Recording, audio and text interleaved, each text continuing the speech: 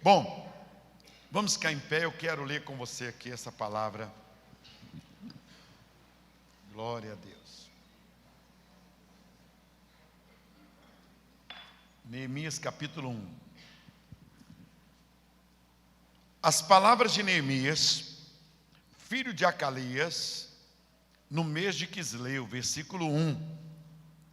No ano 20º, estando eu na cidadela de Suzã, veio Anani, um de meus irmãos, com alguns de Judá. Então lhes perguntei pelos judeus que escaparam e que não foram levados para o exílio, e perguntei acerca de Jerusalém. Disseram-me: os restantes que não foram levados para o exílio e se acham lá na província estão em grande miséria e desprezo, e os muros de Jerusalém estão derribados e as suas portas queimadas. Tendo eu ouvido estas palavras, assentei-me e chorei, e lamentei por alguns dias. Estive jejuando e orando perante o Deus dos céus. Ó Deus, é a tua palavra. Eu quero ser boca do Senhor para todos que estão aqui e para onde quer que esta mensagem chegar. Que o Senhor me abençoe, que o óleo do Senhor esteja sobre nós, e que não seja pelo muito falar, mas pela obra do teu Espírito Santo. Em nome de Jesus, amém. Pode se assentar.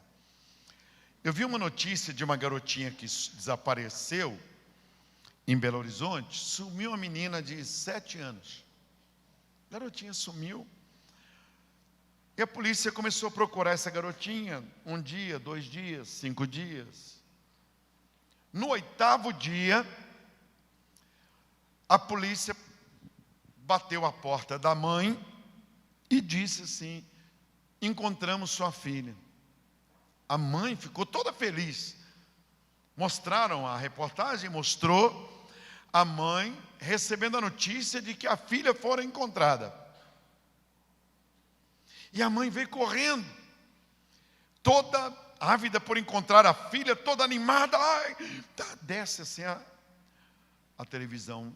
Alguém avisou, da polícia avisou, a polícia foi. Quando eles chegaram, a filha dela estava enrolada em um cobertor e morta já há 8 dias. Essa cena agora, dias atrás. A mãe falou: cadê minha filha? Onde que está?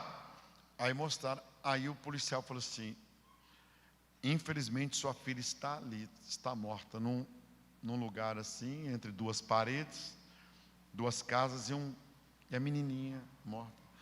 Sabe o que aconteceu com a mãe? As pernas bambearam e ela desmaiou, caiu, entrou em coma. E quando ela saiu do coma, a filha já tinha sido até enterrada. Os restos, 8 dias, a menina estava podre. A Bíblia diz que Neemias chamou o irmão dele para ir ao palácio. E quando o irmão dele chegou, ele falou: como está a minha cidade? Como estão os meus amigos? Como estão os nossos colegas? Sabe o que eles responderam?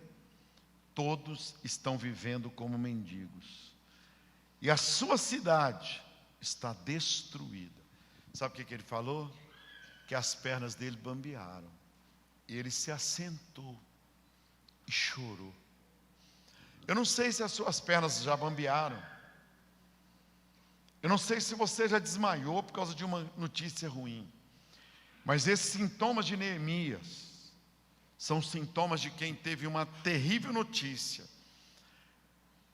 Os seus amigos foram levados como escravos, a sua cidade foi destruída, todos estão em grande miséria e desprezo, e os muros de Jerusalém estão derribados e as suas portas queimadas.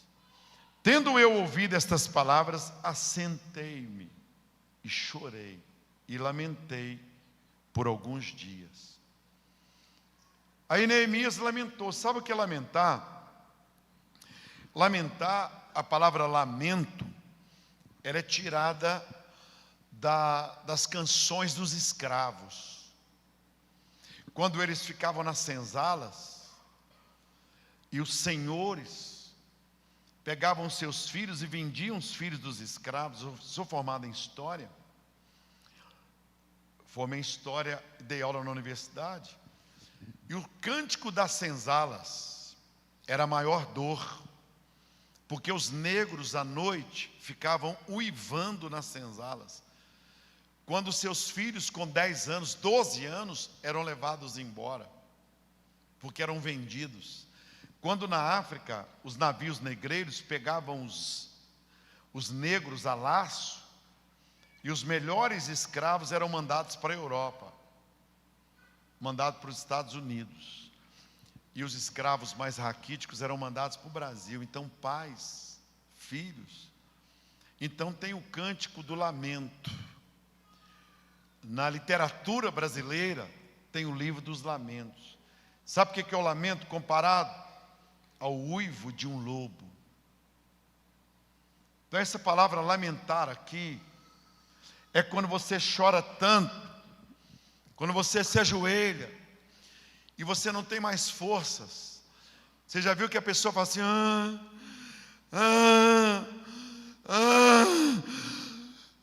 não tem lágrimas. É isso que aconteceu com Neemias. Lamentei, chorei por alguns dias. Estive jejuando, não teve forças para comer. Aí ele começa um projeto para reconstruir o que estava destruído. Eu acredito que Deus trouxe você nesta noite, Ele me trouxe aqui. Eu fiquei pensando, eu vou lá, não vou ligar para o pastor Gerson, porque realmente é confuso o horário. A gente ficar 12 dias, 13 dias, com 6 horas de diferença, para menos, para mais, melhor dizendo, é confuso, mas aqui, eu falei, Deus, eu vou lá. Quando eu estava no gabinete, eu ia pregar outra mensagem. Deus falou, diga para eles que eu quero ajudá-los a reconstruir alguma coisa. Então Neemias começou a reconstruir. Abre a sua Bíblia no capítulo 3.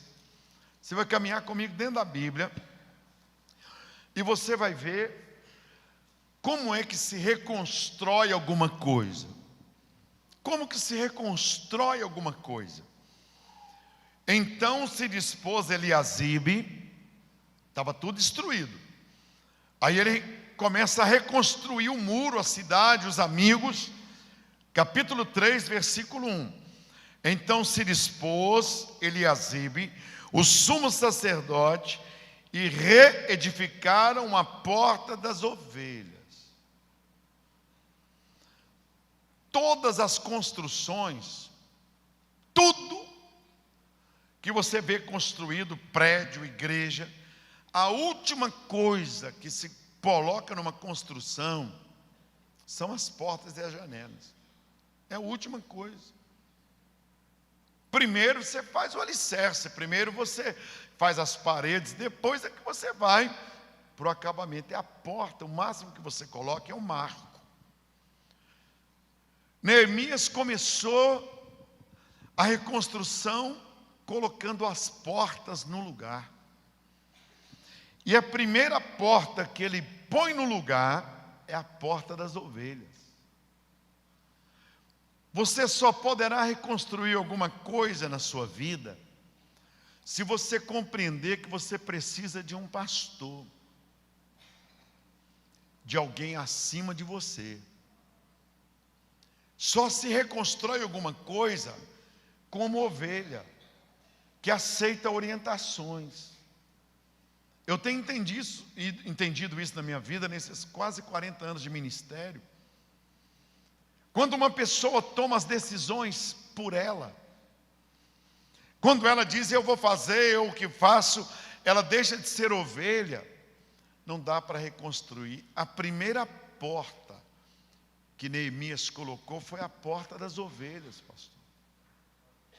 Se não for ovelha, se você não aceitar a orientação, se você tiver o nariz empinado, Eu estava tentando ajudar um marido, que a esposa dele estava saindo com o sócio dele. E ela me procurou e disse assim: pastor Jorge, o sócio do meu marido, ele faz o meu marido ir para a fazenda, para sair comigo, só que eu me converti.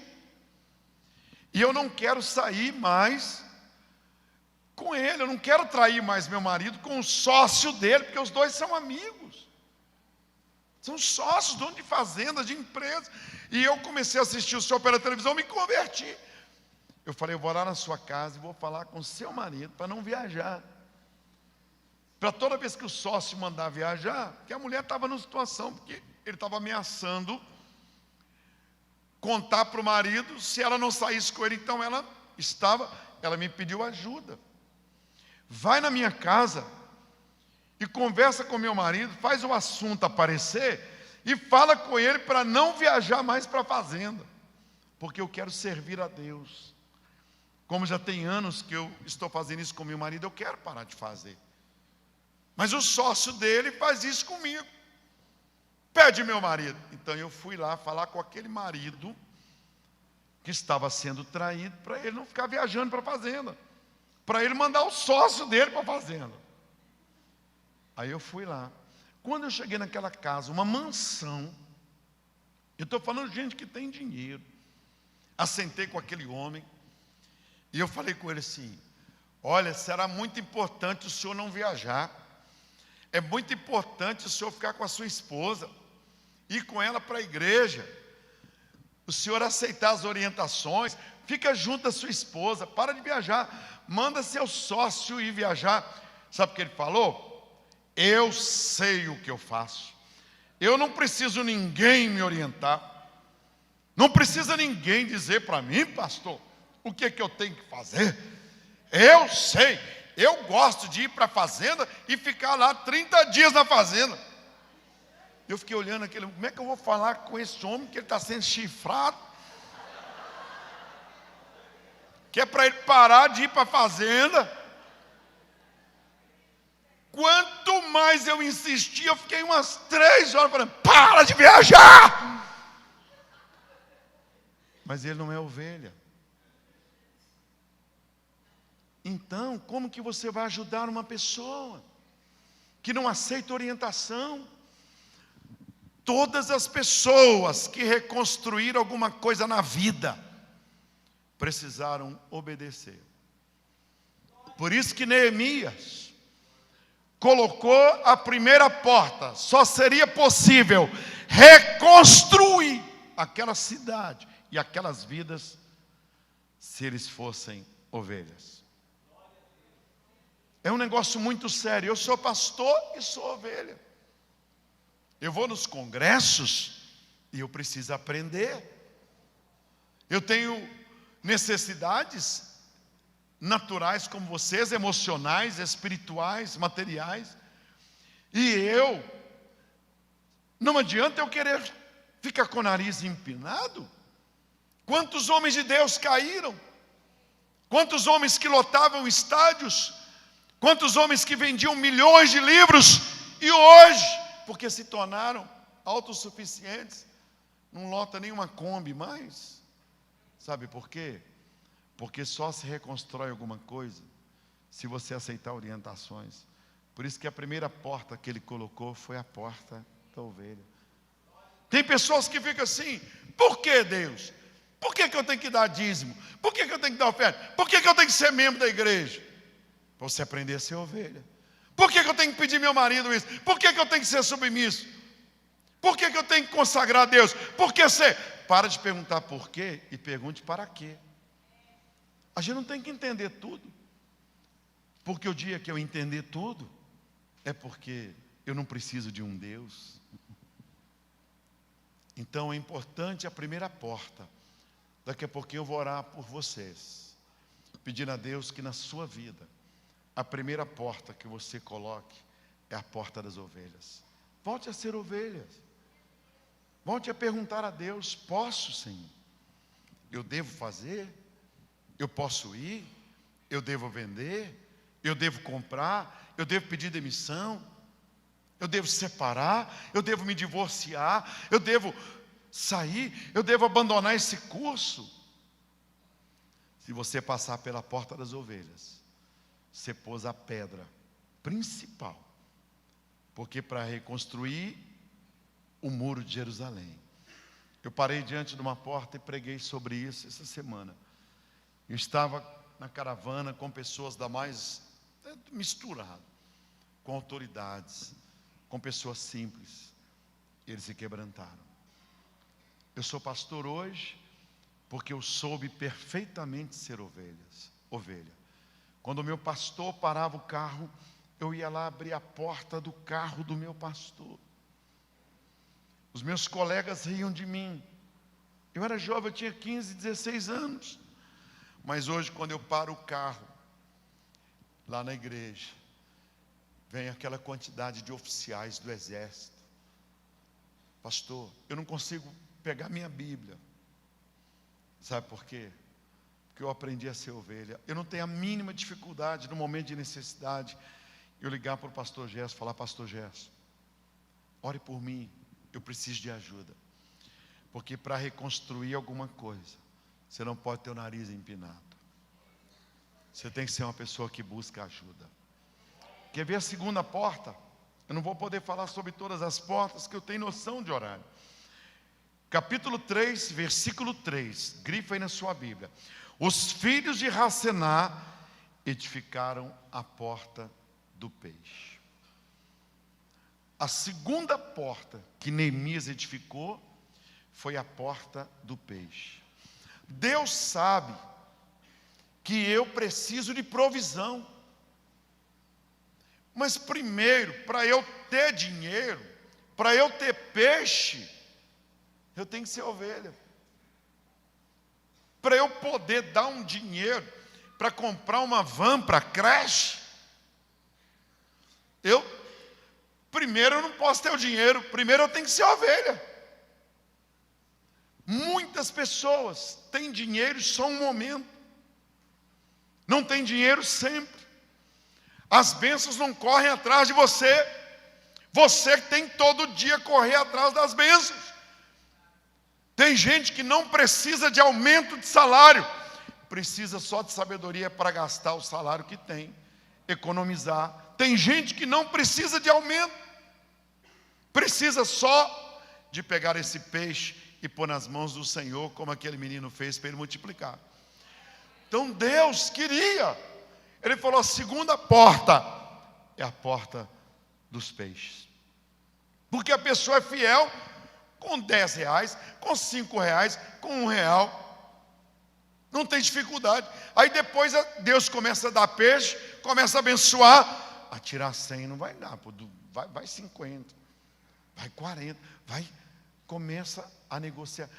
A segunda porta que Deus pôs foi a porta dos peixes. Deus sabe todas as necessidades aqui representadas. Deus conhece todos vocês que precisam de um dinheiro. Ele é Deus, Ele é soberano, Ele é absoluto. Mas você precisa parar de correr atrás das bênçãos materiais. Você precisa parar um pouquinho e entender que muitas vezes a rede está vazia, mas o Senhor pode mandar você jogar a rede e do lado direito você apanhar 150 e tantos grandes peixes. Deus sabe. Deus sabe. Foi uma luta para eu passar na faculdade. Foi uma luta para eu me formar. Eu andava a pé todo dia 4, 5 quilômetros para ir para a faculdade. O meu filho formou em Direito sem nenhuma dificuldade. Todos os dias com carro. Nunca precisou comer pão com sanduíche de jiló e de chuchu, que eu já comi. Que minha mãe punha o resto, fazia o sanduíche, levava do guisado que tinha. Muitas vezes na faculdade, para eu comer aquilo, eu tinha que entrar no banheiro. Porque se abrisse um sanduíche de jiló e de chuchu, a turma fala: o que é isso? Sanduíche de que é isso aí? Berinjela, né? Ninguém ia compreender isso. Mas eu compreendi. Quando eu tinha 15 anos de idade, o meu discipulador falou assim comigo: ô Jorge, você quer prosperidade na vida? Eu falei, eu quero. Ele falou assim, você não vai roubar, não vai matar e não vai traficar, certo? Eu falei, certo. Eu me converti na Assembleia de Deus. E ele falou isso comigo, um missionário australiano. Eu vi aquele homem bonito, australiano, grandão. Aí ele era o discipulador da mocidade, como você é. Ele falou, então vou te ensinar uma coisa. Deus é dono do peixe. Deus é dono do ouro e da prata. Deus sabe onde dá provisão para você. Ele falando comigo. Então você aprenda a ser dizimista e ofertante. Pastor, eu falo com você na presença do Senhor Jesus Cristo. Eu não sei entrar num culto e não dar uma oferta. Agora Deus é que põe o peixe nas minhas mãos. Então a segunda porta é a porta dos peixes. Nessa noite eu vou orar para você receber peixes de Deus. Eu vou orar e vou orar como profeta de Deus. O meu chefão na Caixa Econômica, que zombava de mim, que todas as vezes que o telefone tocava, ele falava assim, deve ser alguma ovelhinha querendo sair com você, pastor, para ir para um motel. Ele era o chefe. Falava piada. Eu trabalhava no departamento de OIM, de Organização e Método. 50 arquitetos, economistas, administradores. O que acontecia com a turma? Eles riam do pastor. O meu chefe hoje está sentado, me ouvindo, é ovelha. Me pediu desconto para eu matricular a neta dele no colégio. Está lá sentado. O que fazia piada comigo se converteu. Sabe por quê? Porque Deus é dono do peixe. Deus é dono do peixe. Abre a mão aí, abre assim. Fala, Deus, põe peixe na minha mão. Põe peixe na minha mão. Quanto mais ovelha você for, mais Deus vai pôr peixe na sua mão. Estou te falando em nome de Jesus Cristo.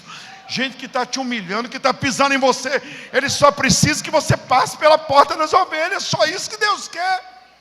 Você ser ovelha. Porque senão você vai ter que lutar igualzinho qualquer ímpio. Igual qualquer pessoa. Fecha as mãos. Quer ver a terceira porta? Fico muito emocionado por isso. Está no versículo 6. Joiada, filho de Pazéia, e Mesulão, filho de Bezodias, repararam a porta velha.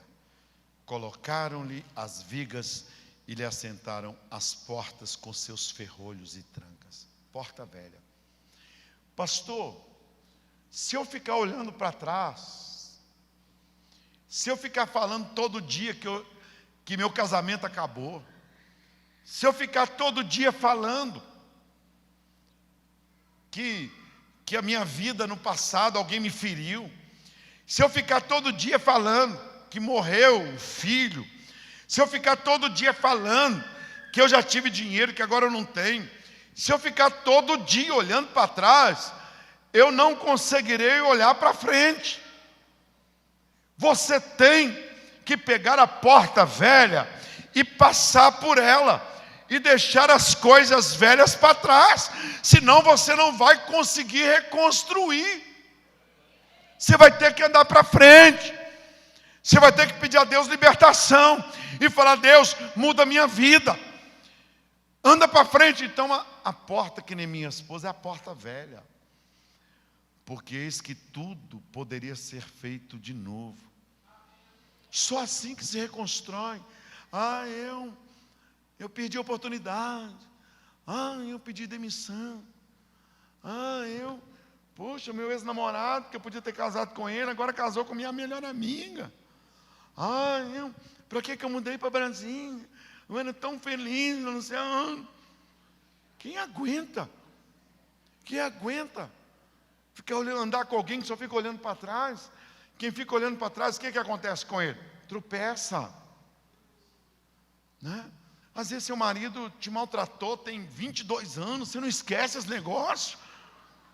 Até que esquecer é difícil, mas não precisa ficar lembrando toda hora. escrever lá na geladeira, igual conta de luz, de água. Tem gente que põe as contas todas na geladeira. Está tomando café e está olhando para o negócio, conta de luz. R$780 todo dia. Né? Tem gente que enche a Bíblia de carnê. Na hora de ler a Bíblia, quer o carnê da companhia telefônica, do IPTU, IPVA, a prestação do carro, cai tudo dentro da Bíblia. O Senhor disse assim: eu vou reconstruir, mas passa pela porta velha e deixa essas coisas para trás. Né? Dá glória a Deus, fala: Deus, me ajude. Quem acredita que Deus pode libertar hoje? Quem acredita? Olha, né? Pastor, eu lembro o negócio. Eu estava sentado com minha esposa, era novinho, casadinho de novo, né? 5 anos, tudo entusiasmo. Naquela época que eu encostava o pé nela, ela falava: ô meu amor. Agora eu encosto o pé, ela fala assim: põe a meia, né? Então naquela época eu encostava assim, tal, ela toda bonitinha, cheirosa, e assim o diabo me pôs um negócio na cabeça. Foi Satanás. Tudo lindo para uma noite, a gente ia sair, jantar, voltamos, sentamos assim, e íamos namorar. Aí eu falei assim: ô Glenda, vem cá, quantos namorados você já teve? Eu nunca te perguntei isso. Ela falou: Jorge, não mexe com isso não, deixa o negócio passando. Eu falei: não, me deu vontade de saber quantos, e nós dois ali na cama, quantos namorados você já teve? Ela falou assim: ô Jorge. Aí eu falei: quantos? Me conta. Ela falou assim: 1, 2. Eu falei: não, para. Já estragou a noite. Sabe o que é isso? É a porta velha. Você ficar mexendo no passado. Por isso que primeiro a porta das ovelhas, a segunda a porta do peixe, e terceira a porta velha. Quem está em Cristo, nova criatura é. Tudo se fez novo. Vai para frente, olhando para Jesus, o autor e consumador da fé. Você quer ver a quarta porta? Versículo 13 do capítulo 3. A porta do vale. Reparou a Hanum, e os moradores de Zanoa edificaram-na e assentaram as portas com seus ferrolhos e trancas, e ainda 1000 côvados da muralha. Então aqui está a porta do vale. Quer dizer, eu sou ovelha, eu tenho peixe, eu agora vou para frente, mas na vida existem vales. Só que quando passar pelo vale da sombra e da morte, eu estarei com você. Aguenta. Antes de cada milagre de Deus, houve um sacrifício. Eu fico pensando assim num presidente que não conhece a Bíblia. Lula. Que luta, né? Aécio Neves. Que luta, né? Não conhece Deus. A turma não conhece Deus. A Marina conhece. Então a luta, quer dizer, você já viu como que eles ficam envelhecidos com pouco tempo que são presidentes? Se conhecesse a Bíblia. Então está aqui a porta do vale. A porta do vale a gente tem lutas na vida. Não é porque eu sou pastor que eu não tenho lutas. Não é porque você é crente que você não tem luta. Por isso que está assim, olha: ô irmão, como é que você está? Estou no vale, rapaz. Principalmente o pessoal, negócio de sapatinho de fogo, esse aqui assim: estou no vale, né? Nós estamos sujeitos a ter problema com os filhos. Estamos sujeitos a termos problema de saúde. Estamos sujeitos. Então Neemias falou: a vida vai ter montanhas e vales.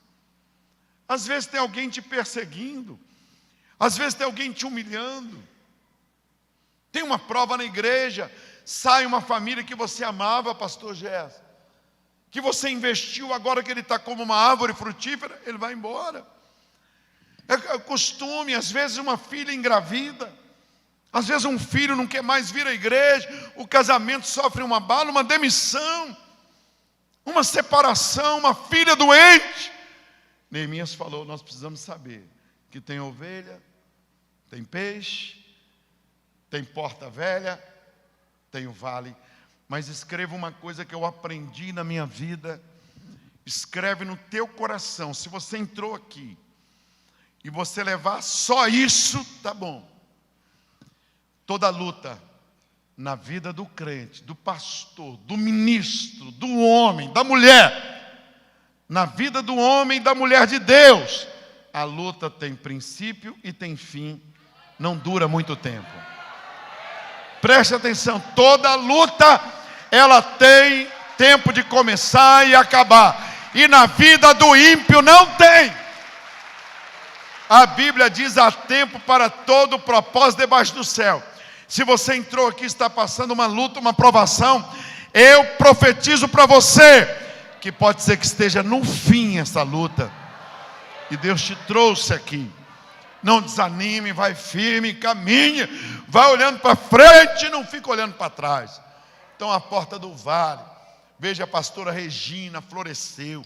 Foi um vale na vida dela, um vale na vida do pastor Gerson. Mas olha os filhos no altar, olha os filhos louvando a Deus. Nenhum filho nas drogas. Eu louvo a Deus, porque a luta na vida do crente, ela tem rondes. Continue firme. Diga para quem está do teu lado: você vai vencer em nome de Jesus. Fala aí, você vai passar. Vai passar. A gente precisa de força para passar o vale. Você quer ver mais uma porta? Capítulo 3, versículo 14. A porta do monturo. Reparou a Malquias, filho de Recabe, maioral do distrito de Bet-Raquerem, e ele edificou e lhe assentou as portas, os seus ferrolhos e as trancas. Imagina, o dia que você for em Jerusalém, eu dou esse estudo lá dentro de Jerusalém. Tem rabino, tem pastores que se assentam e falam: pastor Jorge, prega sobre isso. Aqui eu estou dando uma geral. Ele pôs as portas, as trancas e os ferrolhos dessa porta aqui, olha, a porta do monturo. O lixo, gente, aquela agenda com prostitutas, aquele barzinho de bebida alcoólica da sala de sua casa, parar de ir em motel, parar de beber, parar de prostituir. Neemias falou: para eu reedificar o negócio, eu preciso que vocês retirem um lixo da vida de vocês. Se vocês não tirarem um lixo, não vai dar para reconstruir. Tem que tirar o lixo. Eu quero ser pastor, eu quero que Deus haja na minha vida, eu quero orar e o céu se abrir. Eu quero pedir respostas e Deus dá. Tá, mas pega o seu lixo e joga fora, pô. Aquele mendigo que gritava por Jesus, cego, a Bíblia diz que ele largou a capa. O que é a capa? Vocês já devem ter ouvido muitas pregações.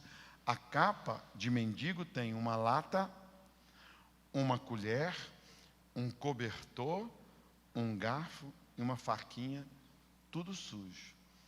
Quando alguém chegou perto dele e disse: Jesus te chama, ele pôs-se em pé, de um salto só, e lançando de si a capa, foi ao encontro de Jesus.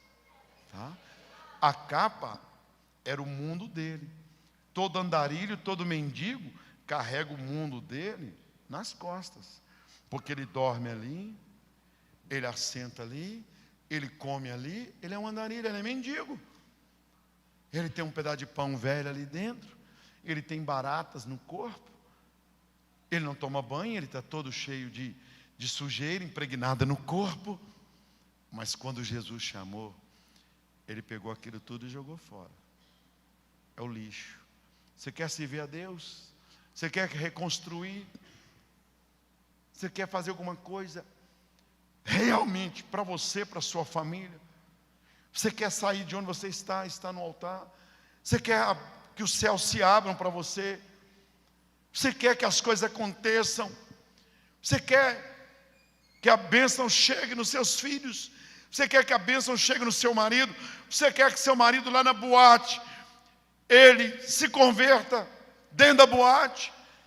Você quer ter sua vida restaurada, seu ministério? Espera aí, passa pela porta do lixo. e deixa o lixo lá. Porque muitas vezes a nossa mão está fechada, porque nós estamos seguros em lixo, e Deus não pode colocar coisas novas. Então Neemias pôs a porta do monturo. Pastor, só nisso aqui eu mostraria para você umas 10 pessoas na Bíblia que Deus não pôde fazer com eles o que Ele queria, e mostraria uns 10 que o Senhor falou assim: vai para frente agora, começa uma nova vida, caminha. Tem que aprender isso. Então aí Deus vai agir. Você quer ver outra porta? Versículo 15. Reparou Neemias a porta da fonte. Reparou a Salum, filho de Col-Rosé, maioral do distrito de Mispá. Ele a edificou e a cobriu, e lhe assentou as portas com seus ferrolhos e tranca, e ainda o muro do açude de Selá. Porque agora tinha um lugar preparado para pôr o dinheiro. Tinha um peixe.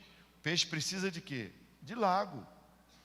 Então vai passar a porta agora da provisão, a porta da fonte, pastor. A fonte é de onde vem a riqueza. A fonte é de onde você vai criar os peixes. Então sua empresa cresceu, mas o domingo é do Senhor. O domingo eu vou para a igreja. Então é a fonte, não pode secar a fonte. Hoje saiu nos jornais que secaram as fontes do Rio São Francisco. Secaram as fontes. Sabe o que aconteceu com a embarcação toda na bacia do São Francisco? Os barcos pararam. Sabe o que aconteceu porque as fontes secaram? As fontes, a nascente do rio São Francisco. Sabe o que aconteceu? Os agricultores estão todos passando fome. Então Neemias falou: vamos restaurar a porta que dá direto na fonte, para nós mantermos a água limpa, a nascente limpa. Olha que coisa interessante. Vamos pôr a porta da fonte. A fonte é a Bíblia. Não é mudar as coisas, não é mudar a igreja, não é cancelar tudo na igreja e um livro começar a substituir a Bíblia. É a fonte inesgotável, que é o Senhor. Aqueles meninos chorando naquele vídeo. A fonte. Tem que ver se a fonte está limpinha. Se a fonte estiver contaminada, o que acontece com o curso do rio? Fica contaminado também. Lá na divisa entre Israel e a Síria, preste atenção. Na divisa entre Israel e a Síria, onde tem o Monte Hermon, é onde nasce o Rio Jordão. Preste atenção. Lá na nascente do Rio Jordão, quem já foi em Israel sabe disso, o exército de Israel fica lá, porque é ali que está a riqueza. Israel não tem uma gota de petróleo, não tem um diamante, não tem minério de ferro. Sabe o que Israel tem? Água. E no deserto, sabe o que precisa? Água. Agora você chega na nascente do Rio Jordão, do lado de lá está a Síria, e do lado de cá está Israel. É o único rio no mundo que tem peixe na nascente, porque a água é limpa. Todos os rios do mundo só tem peixes depois de quilômetros. No Rio Jordão, na nascente, é cheio de peixes, porque é Deus mostrando que Ele é o Deus da fonte. A fonte da tua vida não é a irmã que profetiza, não é o pastor. A fonte da tua vida não é seu emprego, não é sua profissão, não é sua mulher, não é seus filhos, não são os meus filhos, não é minha mulher, não é seu marido, não é nada que você pensar. A fonte é o Senhor. Foi isso que Jesus falou com aquela mulher. Foi isso que Jesus... Ah, se tu souberas quem te pede de beber, você quem lhe pediria. Porque se você crer em mim, como dizem as Escrituras, do seu interior eu faria fluir rios de água da vida. Glória a Deus por isso, né? Eu vou encerrar aqui, são 10, mas eu vou parar aqui, para nós orarmos, clamarmos a Deus. Eu poderia falar aqui sobre a porta, agora a 7ª porta, a porta das águas. agora já era água correndo, já não era fonte, já era água correndo. Isso aqui está no versículo de número 26, pode olhar.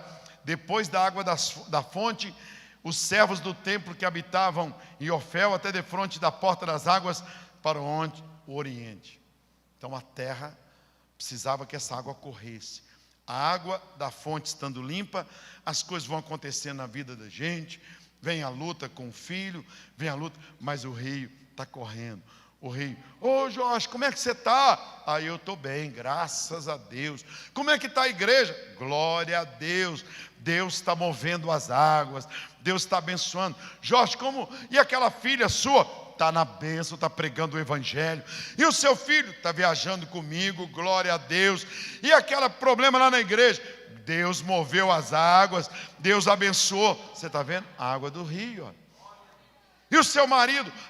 Ele separou de mim, mas ele viu que não tem mulher melhor do que eu, ele voltou quebrantado, glória a Deus, Deus está movendo.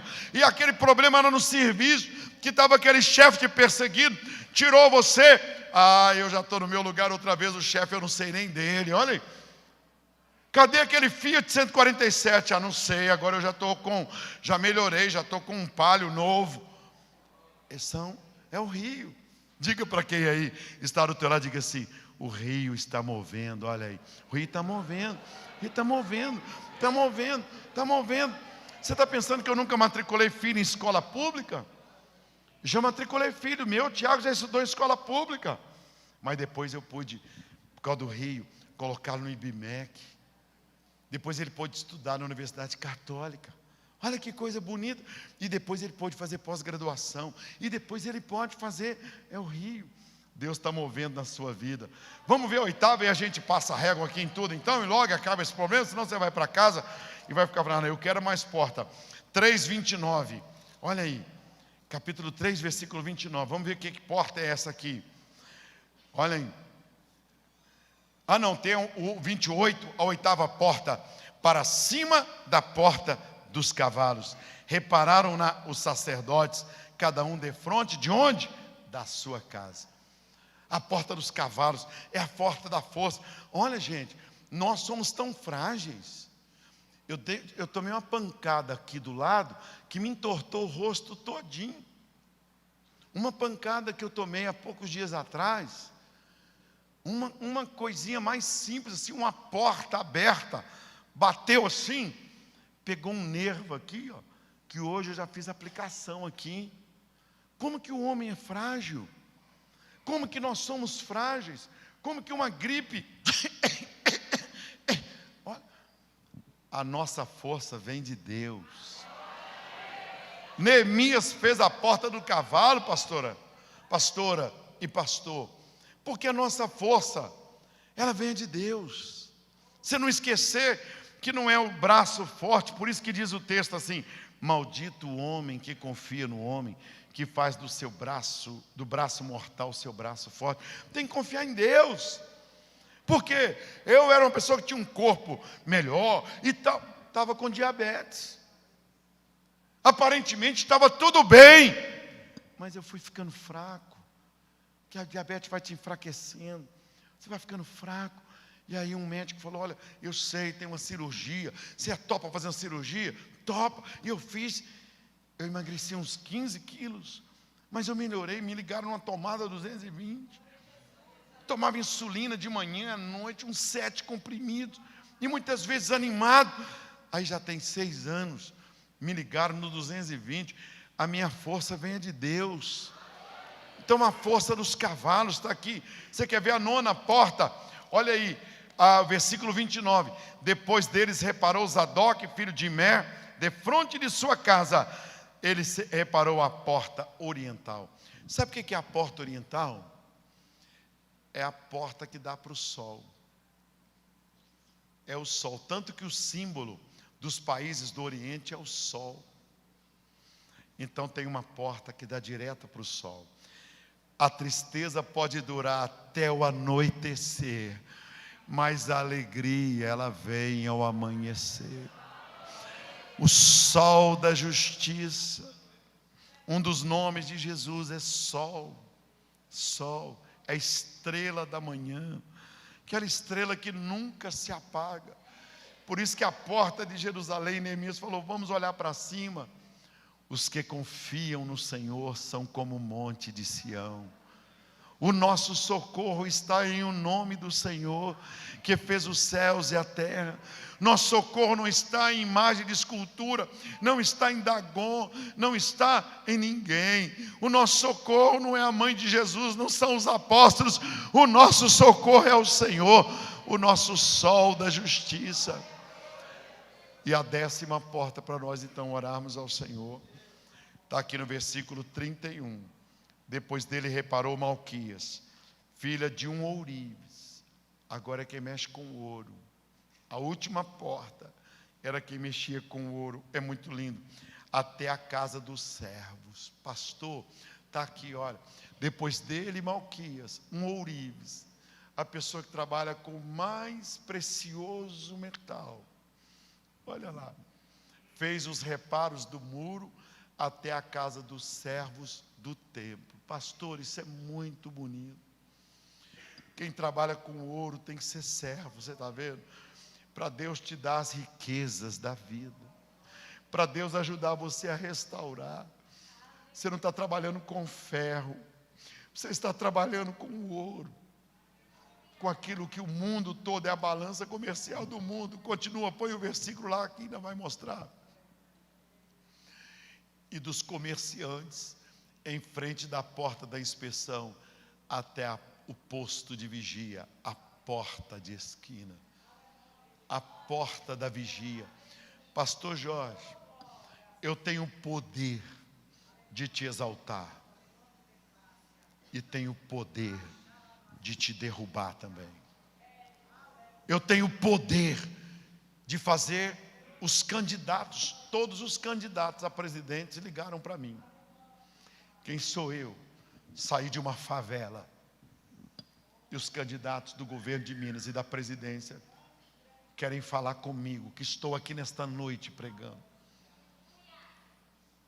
Mas se eu não souber me manter neste lugar, da noite para o dia eu posso cair. Deus tem o poder de restaurar você e te dar a vitória que você tanto precisa na vida. Mas Deus manda você segurar a porta da vigilância até o posto de vigia da esquina. E a porta foi fechada. Está aqui no versículo, você quer ver? No 32, olha o que está aí. Entre o eirado da esquina e a porta das ovelhas, repararam os ourives e os mercadores. Fechou. Neemias reconstruiu o muro. E em 53 dias, a cidade estava protegida, porque esse homem pôs as portas primeiro. Abre as suas mãos assim, eu quero orar por você. Nesta noite você pode voltar para casa dizendo assim: Deus, o Senhor vai reparar a minha vida. Deus vai dizer: eu reparo sim. Eu tenho poder de fazer seu filho te respeitar. Eu tenho poder de fazer todas as pessoas que estão te humilhando, elas te pedirem perdão. É verdade, eu posso reverter essa situação. Eu posso te dar coisas novas. É verdade, eu posso. Mas restaura as portas. Restaura as portas. Enquanto, pastor, o homem não reparou as portas, Deus não agiu, porque o que dependia dos homens, Deus não iria fazer. Abra suas mãos assim, eu quero orar com você. Xalamarapaxe que pai. Chequenese cambalamaraxute, mai. Ó Deus, eu quero ser ovelha. Eu preciso de peixe. Eu preciso jogar as coisas velhas para fora, arrancá-las da minha vida. Muitas vezes apagar telefone, números de telefone, jogar agendas fora, jogar bebidas fora, lugares, até amigos falsos, tudo que é velho, que não presta. Eu sei que existem vales. Eu preciso jogar o monturo fora. Eu preciso da fonte. Não me deixe esquecer que a fonte é Jesus. Não é minha capacidade. A minha força, a minha inteligência vem do Senhor. A saúde restaurada, não precisar mais da insulina, não precisar mais dos comprimidos e me sentir renovado. O Senhor é a fonte. Mas eu preciso que as águas se movam. Só o Senhor faz mover as águas. Eu reconheço que a força não é dos cavalos. O Senhor disse: uns confiam em carros, outros em cavalos. Mas eu confio no Senhor. Eu preciso do sol da porta oriental. Eu preciso da vigilância, para eu poder me manter vigilante. Quantas pessoas corriam bem, quantos pastores, quantos pregadores venderam milhões de livros, quantos tinham megas igrejas.